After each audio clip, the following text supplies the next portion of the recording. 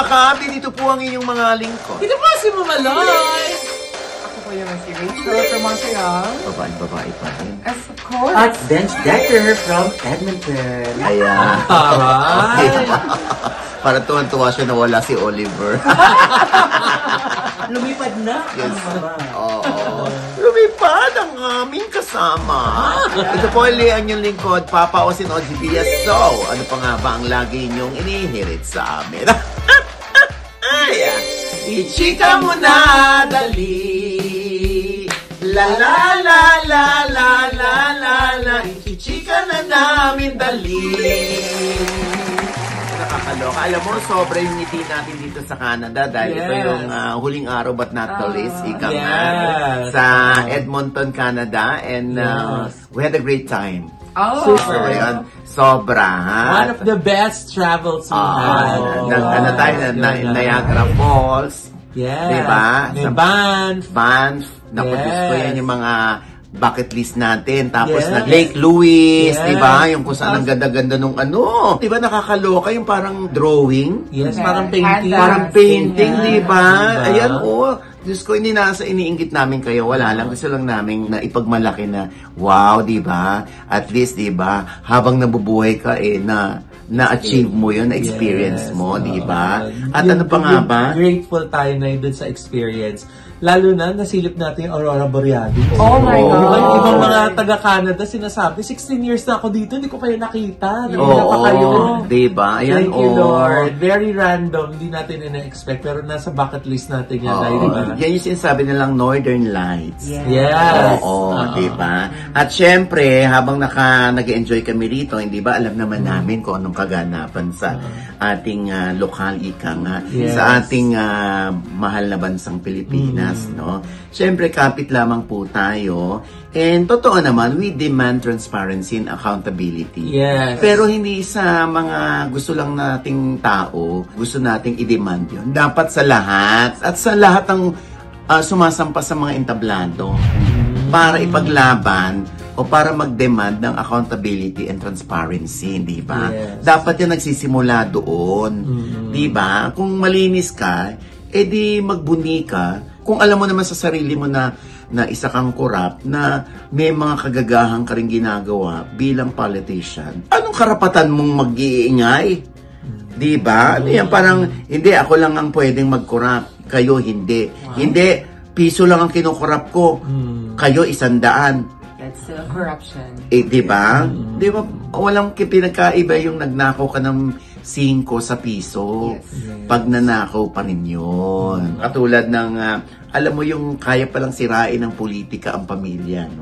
True. Ever since naman, talaga ang mga kapamilya ay nasa politika, walang pamilya. Ay. Ang nananaig dyan, yung sariling interest. May pinaringgan ka ba? Wala! Ano ba naman? In general yun! Talaga? Talaga ba? Parang may nabasa akong post sa Facebook. Yes! Showbiz na tayo. Ayaw nila naman politics. Oo. Oo. Ano? Umpisa na natin, Mamaloy. Oh, yes! Oh, Diyos ko. Pasabog din yung mga revelations ni Ellen Adarna. Oo nga. Oo. Talaga Parang, ano siya. parang lumevel din sa mga revelations sa politics eh. Oo, ni Amy Marcos. Oo eh. Oo, Nakakaloka. diba? Ano ba itong revelasyon na ito? Eh, ayun na nga. Parang the other day, nagpost si Derek Ramsey, diba? Nung 6 stages of marriage. Na yung iba daw, the 3rd stage, gumi-give up na. So, yung 3rd stage daw na yun, yung frustration stage. This isn't what I signed up for. Arguments sting deeper. Doubts creep in and you wonder if you chose the wrong person. Pagdating daw sa stage na yon, yun pa sumusuko na. Kaso, ayun na nga, biglang naglabas naman ng mga resibo si Ellen Adarna. Ano to? Anong nakakaloka. resibo to? Kasi nga yung sinasabi niya na 3 weeks ago, na-discover niya or may nagsumbong sa kanya na nung 9 days pa lang daw sila mag-jowa ni Derek Ramsey. Meron pala daw side chick itong si Derek. Oo, ayun yung mga nilabas yun ng mga post, ng mga conversation nila nung side chick. Na hindi sinasagot, na are you avoiding me? Never mind. Diba? Nagiging meme na nga ngayon, ang dami na mga nagmi-meme yan, no? Are you avoiding me? never mind. Sabi nino yun kanina. Sabi nung girl kay Derek. Oh. So ayan, may conversation si Derek tsaka apparently yung girl. Tapos meron din siya nilabas na conversation ng girl tsaka nung friend. Na sinasabi ni girl dun sa friend na tinatawagan pa rin siya ni Derek, na kinukulit siya, ganyan-ganyan, na baka mamaya may Ellen na nga siya, but tinatawagan pa siya. Ganun! But that was long time ago, like 2021, is it? I think. Ay, may campaign. Lucero. Sorry. Alam mo, maminis ko yung kagagahan. Tapos. So yun nga, sinagot ni Ellen yung isang nag-comment. Sabi ganun, bakit daw pinakasalan mo, alam mo palang ganyan. Sabi ni Ellen, di ka ba nagbabasa? 3 weeks ago ko nga lang nalaman. Kung nalaman ko yan, no, walang second chance, diba? Wala ring marriage yata na magagawa Oo, wala daw. Goodbye na agad. Sandali, Mama Ogs. Parang hindi naman nagsasalita si Derek recently. O, di ba parang kawawa naman yung tao, nababash siya. Nadja-judge siyang cheater. O, di ba unfair naman yun? Ay, may conversation din na pinost si Ellen. Friend yata ni Derek yun. Sinabi ni Derek na I never cheated. Kaya sabi ni Ellen, ako, marami pa akong resibo. Kaya nagde-dare siya na huwag ka mag-deny. May mga resibo pa ako, ganon. Ako naman feeling ko hindi sa pinagtatanggol natin si Derek. Kasi unang-una, kailangan din natin marinig si Derek. Kasi si Ellen lang ang nagsasalita. Hindi sasapat yung resibo na may ganon. Kung may ganon man, at 2021 pa, ano man nauna? Yung kasal o itong Yung conversation na yan, kasi 9 days pa nga lang daw silang magjowa niyang time na yan, nangyari yung convo na yan. So dapat talaga ay linawin ito ni Derek. Kasi nga, nadja-judge siya, nababash siya bilang cheater. Ay, teka lang parang hindi ko sinabi niya. Yes, it's the same thought. Or at least consistent. Okay kayo? Is it the same thought daw? Hindi. Pero alam mo, sa totoo lang, hindi natin naririnig yung panig ni Derek. Kaya hinay-hinay muna tayo sa pag-judge, no? Kumbaga, kung may resibo si Ellen, baka rin naman may resibong ilalabas si Derek. Yun nga yung sinabi niya dun sa isang convo na di ilabas niya yung girl. Sabihin niya kung ano yung totoo. Diba? Ay, teka lang, Nay. The plot thickens. Bakit? Kasi nga, diba? Sinasabi ni Ellen na ginagaslight daw siya ni Derek Ramsey dahil pinapalabas at napaniwala yung mga friends na postpartum yung reason kung bakit daw sila hindi okay. Ngayon nga, 3 weeks ago, na-discover niya na may mga ganyan pala. So, meron kayang mga cheating issues involved dun sa hindi nila pagkakaunawaan bago pa niya na-discover to 3 weeks ago? Again, nagre-rely lang tayo sa kung anong panig ang ibinibigay ni Ellen, ganun din si Derek. Tapos tayo lang mga miron, tayong mga nagmamasid, tayo lang ng mga marites, parang ikinukuda lang yung ating judgment dyan, At winiweigh lang din ng mga netizen, kanino ba kami maniniwala? Dito sa naglabas ng resibo? O dito sa nananahimik na si Derek? Kasi alam mo, magsalita o hindi si Derek, masama si Derek. He's been charged. Diba? Lalo na sa kultura ng mga Pilipino, na hindi dapat nagsasalita ang lalaki ng anything against a girl. Diba? It's a sign of a gentleman.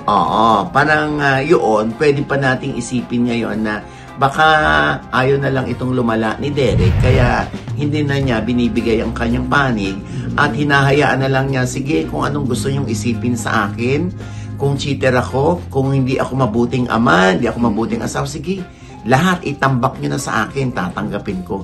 Ang importante sa akin ngayon, hindi ako magsasalita at wala maririnig si Ellen sa akin. Hindi rin naman natin alam, baka magkasundo ulit yan, magkabate, magkabalikan.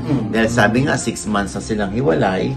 Yun pa, sabi. Separated sila 6 months. Kaya nga, kasi kung i-judge natin si Derek ngayon, tapos magkakabati yan, ano yung pagagalitan natin si Ellen? Gaga ka pala ikaw nag-ano ng cheater yan, tapos makikipagbalikan ka.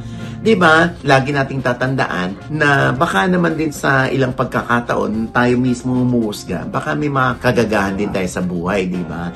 Para hindi tayo basta-basta nagja-judge ng mga tao. Lalo na si Derek na hindi naman nagsasalita. Ay, pipi na siya. Luma na yung joke na yan. Wala ka bang bago? Kasi ko lagi dito, right? So I just use it. But going back, it's getting chaotic. Why not discuss this privately, Mama Og? Oo nga, dapat. Oo. Actually, yun din ang pwede nating isuggest kay Elena, no? Yes. Kay Elena, baka pwede niyong pag-usapan yan. Baka meron kayong common friend o yung ninong ninyo sa kasal. Yes. Diba? Na pwedeng mamagitan sa inyo para hindi na napapublic trial kayo. Yes. Dahil dumepende sila sa kwento ni Ellen. Huwag po muna nating i-judge si Derek. Hintayin natin baka magsalita rin si Derek, hindi ba? Yes. Kung merong pangsalo or pangontra dyan si Derek sa mga narrative ni Ellen, edi saka tayo mag-judge. Otherwise, baka pwedeng maging instrumento tayo, maging tulay tayo para magkaisa tayong magsabi sa kanila, uy, pag-usapan nyo na lang yan privately. Huwag na sa social media kasi pare-pareho kayo na-judge. Kasi naging witness tayo dun sa love nila Love na oo. Nakita natin kung gaano So nila strong. kamahal yung isa't isa. Yeah. Correct. Hindi natin alam yung level ng katotohanan dun sa mga nalamang informasyon ni Ellen, di ba, Nay? Kasi baka mamaya, kanya-kanya lang din tayo ng interpretasyon dun sa mga nabasa natin ng mga conversations. Kasi the fact na sinabi ni Derek na, di ilabas yung babae, hayaan niya siya magsabi ng totoo. Parang may level of confidence siya na, uy, hindi ako guilty, labas niya, di ba? So, kung i-interpret mo yan that way. So, tayong mga meron, gaya nga na sinabi ni Nanay, gamitin natin yung discernment natin, di ba? So, mag-obserba tayo, pero wag muna tayo agad humusga, di ba? Tingnan natin lahat ng angulo. But wait lang, bago tayo tumalun sa another topic, may naalala ako na comment from the netizen na about i-father ni Elias.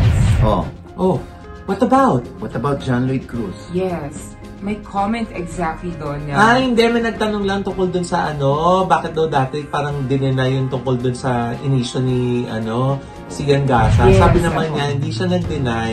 Ang sinabi lang niya, sinagot niya na si John Lloyd Cruz, simple lang, pero wag nilang i-judge tungkol dun sa itsura kung may kaya ba o wala. Kasi good provider daw si John Lloyd. Noong panahon nga daw ng pandemic, mag-charter plane pa si John Lloyd para lang makita si Elias. Ganun daw mag-provide si John Lloyd. And at the same time, ganun kayaman si John Lloyd, mag-charter ng plane.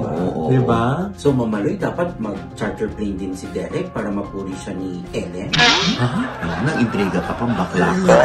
Nakakaloka ka. Bakit Tanong lang naman. Saan magla-landing dun sa subdivision nila Oo yung... nga. Ay, siyempre, puntos yan kay John Lloyd, di ba?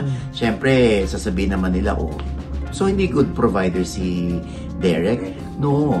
Wala na sinasabi si Ellen. Wala. Na hindi good provider si Derek, no? Pero, di ba, kung matatandaan natin, magkano ba hinihingi ni Ellen kay John Lloyd lang bilang sustento kay Elias? 10,000 peso, I believe, yeah. 10 or 20, ganyan. Yeah. O yun lang daw ang kailangan ng bata. Dito naman, nagkakaroon ng impression ng mga tao na hindi after sa pera si Ellen, kundi after doon sa atensyon ng ama sa anak. Oo, tsaka kung ito lang naman ang kailangan ni Elias, di ito lang ang ibigay ni John Lloyd. Ako naman, bilang tatay din, alam mo, kahit kunwari, kung ako yung nasa posisyon ni Derek, bilang stepdad ni Elias, habang andun yung bata, syempre, that's more than 10 or 20,000 ang naibibigay ni Derek sa bata. Kung kwentahan din lang, pero syempre, hindi natin kukwentahin niya that definitely, si Derek ay hindi issue sa kanya yan kung more than 20,000 pa ang naigagastos niya kay Elias. Kasi, stepson ko to anak to ng misis ko kapatid ito ni Lily. So, ang tingin ko rito, anak ko to. Diba? Kaya lang, diba, yung syempre, makakawawa si Derek dito kung pupurihin. Tinan mo naman yan, si John Lloyd ang pinuri ni Ellen, na good provider, ganyan-ganyan. So, syempre, iisipin ng iba, siguro mas maganda si Derek humiwalay muna kay Ellen. Para magkaroon ng space. Para magkaroon ng realization sila pareho. O para ma-assess ni Ellen kung nandito si Derek, ano bang napoprovide ni Derek, ano bang nagagawa ni Derek, ganyan. Kaya kung kinakaya naman ni Ellen lahat without the help of Derek, di ba? At saka nakikita naman din natin, di ba, sa social media posts nila, kung gaano rin naman kamahal ni Derek si Elias. So I think wala namang issue din sa kanila oo spending nga. or hindi not. Kasi baka lang mag-iba yung tingin ng tao. kay Derek. Na, tinan mo to, napuri ni Ellen si John Lloyd. Tapos si Derek parang nabugbog, di ba? Alam mo, at the end of the day, dapat talaga mag-usap sila. Andito lang kami mga marites para magbigay ng kuro-kuro. Pero yung kuro-kuro namin, hindi para pag-awayin sila, hindi para husgahan si Derek. At pangalawahan natin yung sinasabi ng mga netizen, hindi ba? Kasi at the end of the day, kailangan pa rin nating marinig si Derek. Yes. At hindi rin natin ni-invalidate yung mga nararamdaman na sinasabi ni Ellen. Yes. Oo, talagang yun. Kasi, valid yun para sa kanya kasi yun ang truth niya eh. Yun ang side niya eh. POV niya yun bilang siya yung nanay, bilang siya yung nakakaramdam, nakakaranas. Diba? Hindi natin siya binabaliwala. At syempre, diba, at the end of the day, wala tayo lahat sa bahay nila. Yes. Kung ano man yung nangyayari. Oo, hindi po tayo CCTV nila. Yes. Oo. Tayo ay nagmamarites lang ng para tayong kapitbahay. Ano ng chismis ng bahay? At sila ng away. Gaganon lang tayo. At syempre, ito nga, di ba? Ito hindi na niya kinaya. Bakit? Si Chris Aquino. Diba sinagot niya, itinama niya yung mga nasabi ni Angel Eliana dati. Kasi nga, diba, parang nasabi ni Angel long time ago, alam niyo namang may karamdaman ang ating Miss Chris Aquino, diba? Ngayon lang siya na nagkaroon ng time na itama yung mga nasabi ni Angel Eliana before. Ano bang sinabi ni Angel? Yung sinabi ni Angel Eliana na 3 weeks lang sila naging mag-on ni Miss Chris Aquino kasi nalaman niya na pinagsabay sila ni Robin Padilla. Ano sabi ni Chris? Ay, ayun nga. Parang naging 3 weeks nag-celebrate pa sila ng Mansari na sinurprise ni Anjo si Miss Chris na punong-puno ng mga pink balloons yung kanyang room. Diba? So ano to? May maikudalang si Anjo sa interview niya? Baka yun yung pagkaalala niya. Pero yun, ito yung, alam mo, matalas ang memory ni Miss Chris. Kahit ano yan sa gamot. Hindi mo matatawaran ng memory ni Miss Chris. Kahit long time ago, naaalala niya yan. At naaalala niya yun, naikwento niya yun sa akin na paano naging 3 weeks lang kami. Nung first month namin, sinurprise niya ako with pink balloons in my room. Baka nakalimutan lang ni Anjo yung maikwento. Kung nakwento naman ni Anjo yun, hindi naman magiging issue, right? So dapat pala incomplete ang kwento, ganun. Ano problema mo? Ay, sandali naman, sandali. Uy, sandali naman. Huwag kayo mag-away, please. No, because I love Miss Chris. Hi, Miss Chris. Siyempre na hindi rin naman magandang yun, di ba? Allegation yung two-timer ka. Of course. Diba? Kung alam mo naman sa sarili mo na hindi ka nagsabay talaga ng jowa ever, why would you let it slip na somebody would say na nagsabay sila ng jowa mo, diba? Anyway, naku, sana ay malinaw na rin yan kay Anjo. Ito malinaw talaga sa atin. Ano yun? Yung anak ni Lea Salonga. Diba? Finally, diba? Nagpa-top surgery. Ay, oo. Nung September pa daw siya nagpa-top surgery at hinintay niya muna siyang mag-heal para makapag-post siya ng picture na, ayun na nga, na successful ang kanyang top surgery. In time for the, Transgender Awareness Week. Ang ganda na yung kanyang caption. Ano sabi niya? Ito na yung nasusulat. Basa. Happy Transgender Awareness Week. Was able to finally get top surgery last September. Been waiting to heal enough to post a nice looking picture of myself. The healing process was brutal, but worth it. On a more serious note, it's done wonders for my gender dysphoria and overall mental health. Not having to wear a binder, be afraid of judgment, and being able to be shirtless has been one of the most gratifying things ever. I'm very grateful to be able to receive gender-affirming care, and I hope sharing and talking about my experiences helps show the importance of this kind of stuff. Happy Transgender Awareness Week, everyone. P.S. Wouldn't have been able to do all this without parents' support. Wow.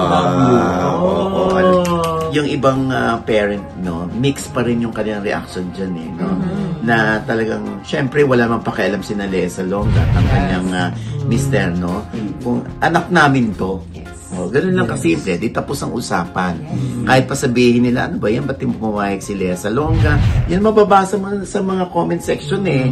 Bakit pinayagan ni Lea? Ganyan-ganyan. Kaisa-isang anak nila yon. Hindi nyo yun anak. So, di ba? Kaya walang pakialamanan ng anak. Yung anak ninyo ang asikasuhin nyo. O, di tapos ang usapan. Marihas ang pangalan nyo, hindi Lea Salonga.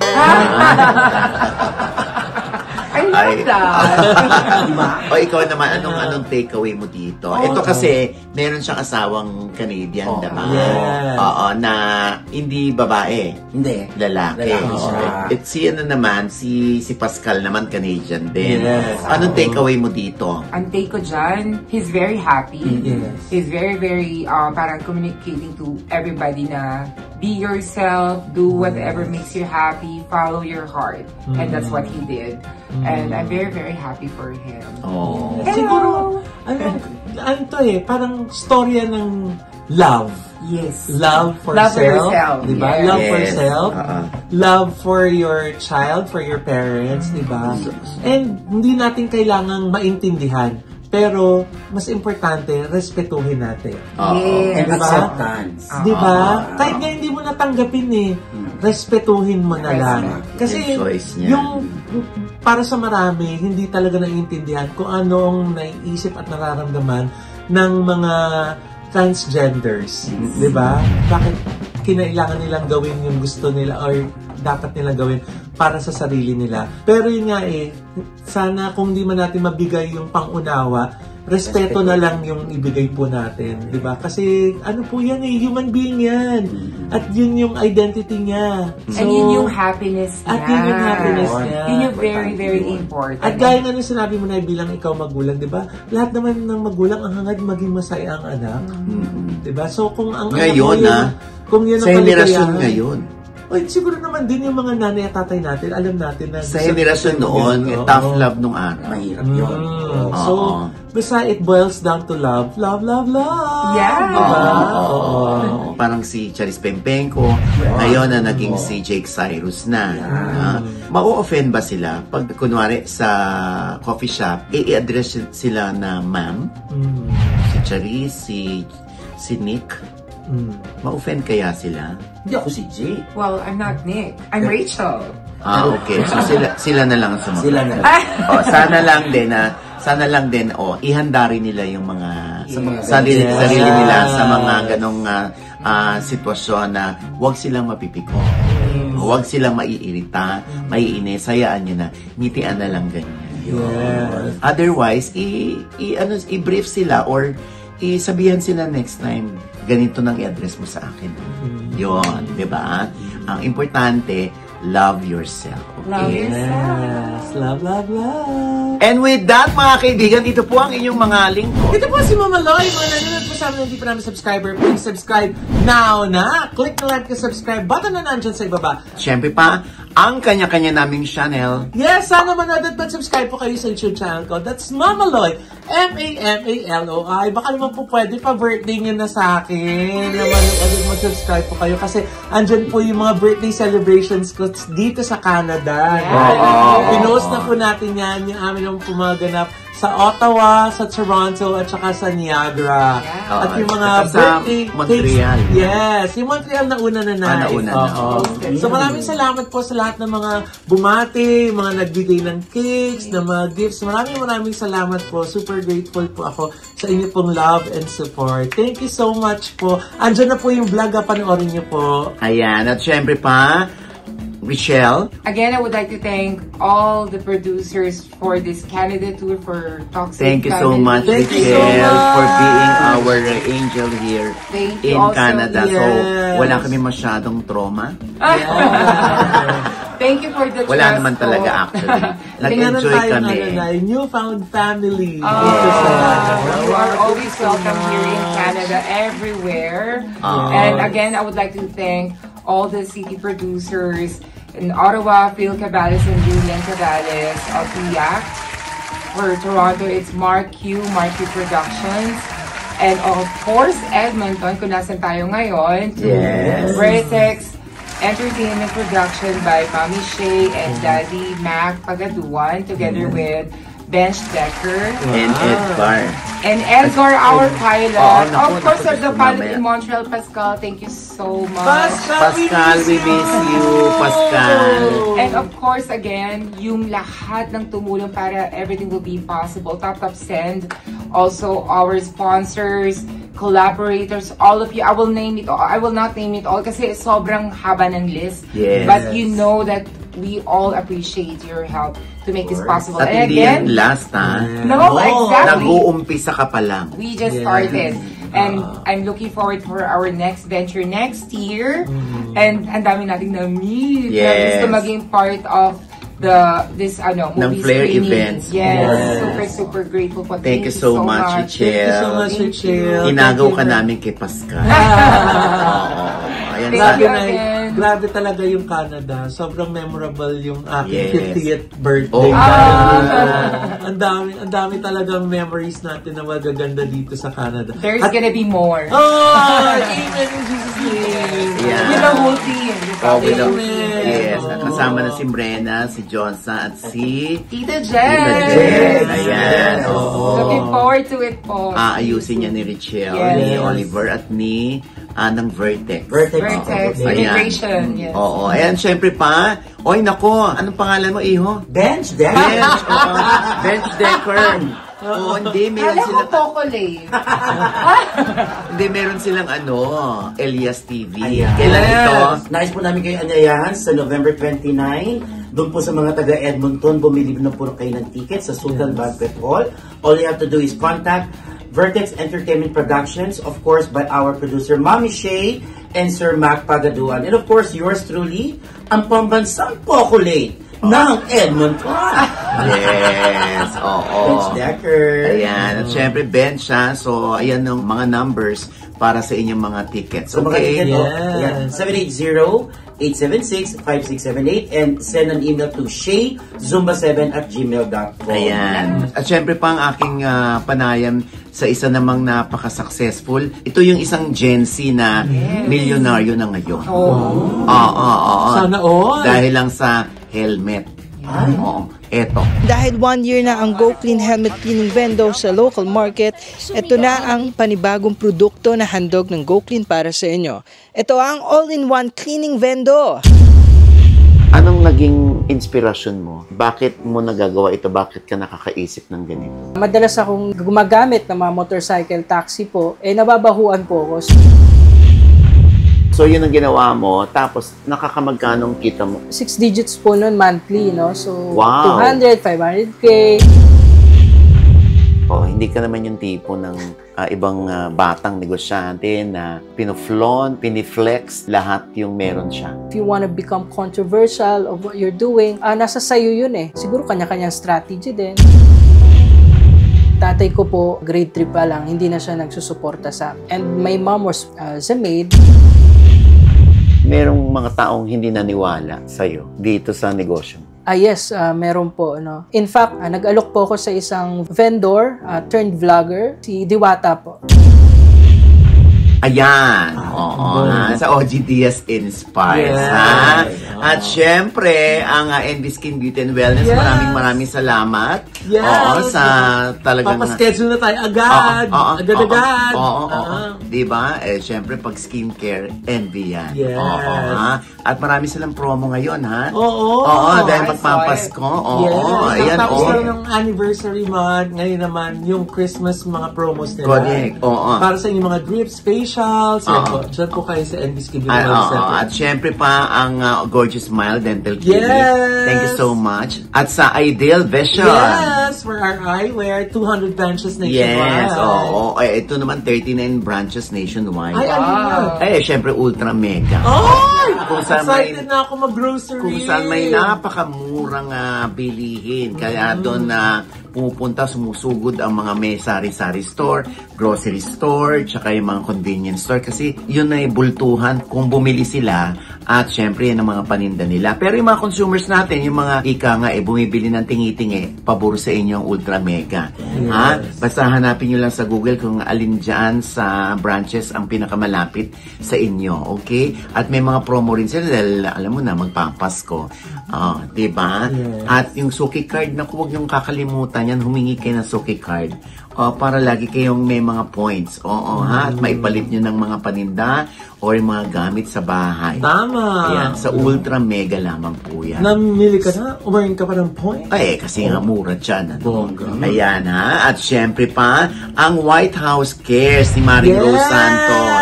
Kung kayo po ay NCLEX passer at nais po magtrabaho sa New York, ako dyan na po kayo mag-message kay Ma'am Rose sa White House Cares. Ayun po yung kanilang email address, para po kayo ay magkaroon ng oportunidad, di ba? Lalo na yung mga nasa ibang mga state na gusto pong mag-transfer sa New York. Dahil talagang ibang klaseng mag-alaga si White House Cares sa kanilang mga staff at si Maring Rose yan. Naramdaman ko ang pag-aalaga, grabe. Diba? Alam mo yan. I miss you and the team as well. Yes. Ayan, at syempre pa, nabanggit natin kanina yung ating pilot. Yung piloto natin sa ating paggagala sa Edmonton. Si Edgar. Edgar, halika rito. At syempre, kung bakit tayo spoiled dito sa Holiday Inn, si Miss Irene. Hi, Miss Irene. Maraming salamat sa mga perks na binigay mo sa amin dito sa Holiday Inn Edmonton. Grabe din yung accommodation dito sa Holiday Inn. Spacious yung mga kwarto, ang babait ng mga staff, mas karamihan din mga Pilipino. Kaya nakaka-at home po dito sa Holiday Inn. Thank you so much po for making our stay worthwhile. Yes. Miss Irene, thank you ha. May sasabihin ka, Miss Irene? Yes, thank you so much din. At dito kayo napunta sa amin. You're always welcome to come back. This is the start, right? At saka thank you din kay Miss Irene kasi di ba nagpa-surprise birthday din sila ng mga Ayan nagulat ako Natutulugan tao. Pinaglaluhan niya ng Mami Shea. Diba? Kasabwat si Miss Irene. Yes, thank you so much Holiday Inn at Miss Irene for accommodating us. At syempre, namumugto pa ang mata ni Edgar kasi bumalik na ng LA ang kanyang jowa. Pansamantala dito si Oliver kayo. Thank you so much sa pagiging driver namin. Ayan, Edgar, maraming salamat. Salamat sa pag-aalaga. Lalo kay Tito Oliver Carne. At saka yung mga pabukol mo. Kaso kakaprasang laman, pinagdadamot Kaya pa. Muli po, thank you so much Canada! Sa lahat ng mga kababayan natin po dito. Maraming salamat po sa lahat ng suporta. At sana po, supportan niyo ulit kami pagbalik namin. Maraming salamat sa magagandang memories. Thank you so much. Maraming salamat mga kababayan natin dito sa Canada. At ipag-pray niyo po ang ating bansa. Nakakaloka ng mga kaganapan. At syempre, ito po uli ang inyong lingkod, Papa Osin Oji Diaz, na lagi nagsasabi at nagpapaalala sa inyo na sa tuwing gigising po tayo tuwing umaga, wag na wag po tayong makakalimot na magpasalamat sa Panginoon. Dahil tayo kanyang ginising, ibig sabihin may mission pa rin po tayo sa buhay. Sabay sabing, every gising is a blessing. At ano pa nga bang lagi inyong inihirit sa amin? Ichika mo na, dali. La la la la la la la la. Ichika mo na, dali. For the last time! La la la la la la la la. Ichika mo na, dali. Last time na yun, for now. For now.